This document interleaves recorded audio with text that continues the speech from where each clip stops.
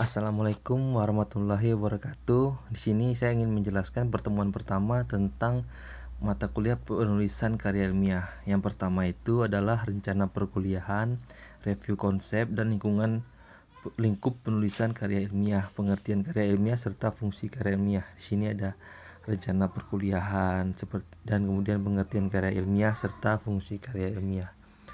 Nah, kemudian di sini biodata karena ini angkatan yang senior, berarti kemungkinan udah mengetahui lah kurang lebihnya. Kemudian lanjut slide berikutnya, di sini tentang kontraknya. Di sini kehadiran maksudnya karena kita kuliah online bukan berarti hadir tatap muka, hadir atau komen di akun YouTube channel penulisan karya ilmiah ini. Jadi setiap yang hadir kalau kontrak ini tinggal bilang aja mengerti atau paham atau bertanya atau yang penting komen lah. Nanti di situ dinilai keaktifan sebanyak 10% dari semua sampai PPT ke-16 nanti atau berapa kali PPT termasuk UAS dan UTS kan. Kemudian ada kuis. Kuis ini nanti di setiap video-video berikutnya, di setiap mata kuliah kedua nanti ketiga seterusnya akan ada saya buat pertanyaan. Di situ kalau kalian simak nanti ada di pertanyaan itu kalian jawab aja di kolom komen. Nanti saya tandai kalau yang udah benar. Satu orang satu aja. Jadi kali ini misalkan siapa, pertemuan berikutnya yang lain lagi menjawab, yang udah menjawab nanti tidak dihitung nilainya, yang dihitung yang belum menjawab saja. Kemudian tugas itu satu kali via WhatsApp mengirim video lah, paling video itu durasinya jangan lebih 3 menit dengan tema seandainya mau PKL atau meneliti bidang apa yang kalian sukai. Jadi kalian tuh menjelaskan, oh saya ingin penelitian tentang terumbu karang karena saya ingin mengetahui gini terumbu karangnya itu. Nah, saya ingin melakukan PKL di daerah mana atau meneliti daerah mana. Nah, itu aja.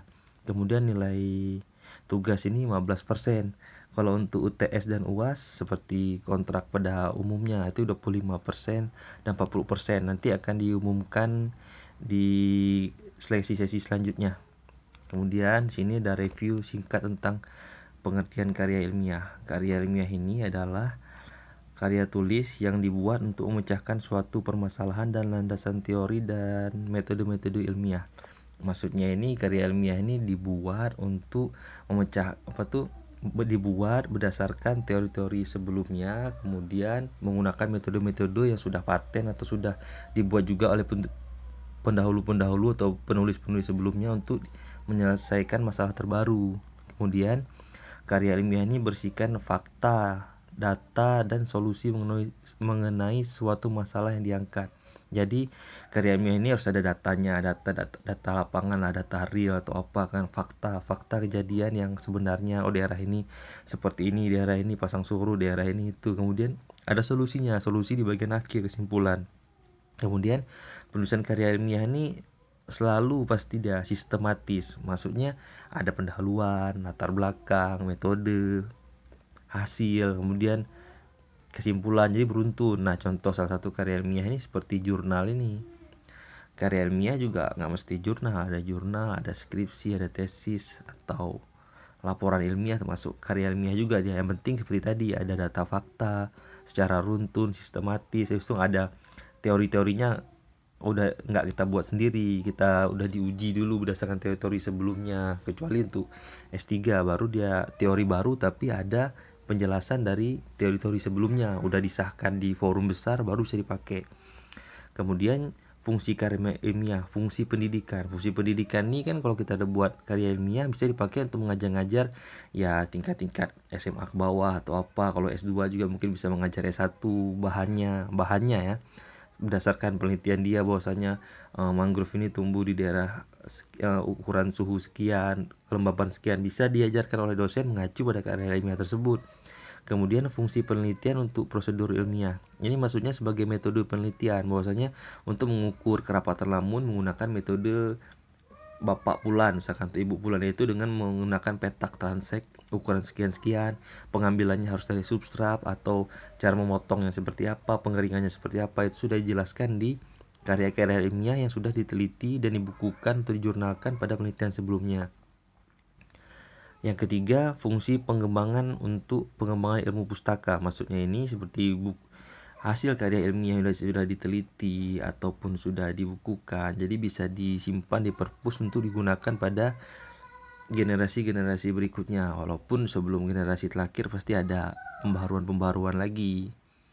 Nah, kemudian ini tujuan penulisan karya ilmiah adalah ada ini manfaat dan tujuan manfaatnya memecahkan masalah tertentu. Ya, karena kita untuk memecahkan suatu permasalahan misalkan di daerah mana ikan ini bisa hidup misalkan. Nah, itu diteliti bahwasanya suhu segini, butuh pasang surut segini, butuh salintas segini. Jadi untuk memecahkan suatu masalah seperti itu gambarannya.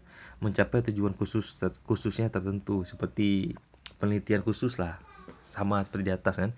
Menambah ilmu pengetahuan dan konsep pengetahuan. Ilmu pengetahuan ya, kalau konsep itu seperti pengembangan metodenya apakah menggunakan misalkan metode kita mau membesarkan kepiting, misalkan menggunakan ada pemotongan bola mata, ada juga pemotongan kaki telakir. Jadi kalian menambah ilmu-ilmu dari konsep pengetahuan. Kemudian melatih kemampuan menulis ilmiah. Ya ini kalau tulisan karya ilmiah tadi pada slide sebelumnya kan sistematis. Jadi kalian tuh terlatih kemampuan menulisnya.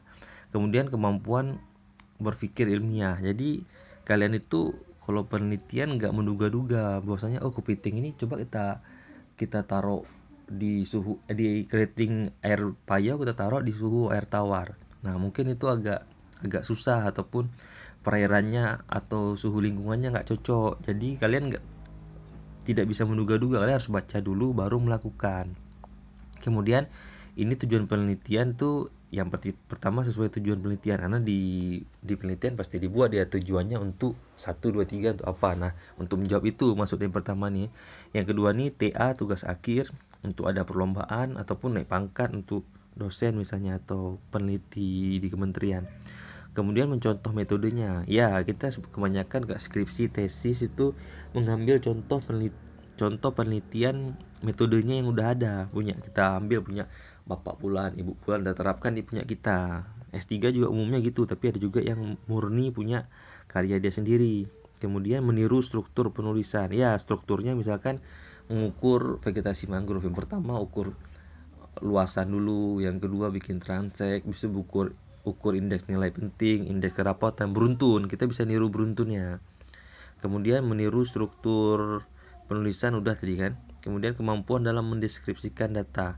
Nah, biasanya kan penelitian terdapat contoh misalkan udang hidup di suhu berapa, kualitas airnya berapa, itunya berapa. Nanti kalian jabarkan bahwasanya udang jenis sekian hidup di perairan segini.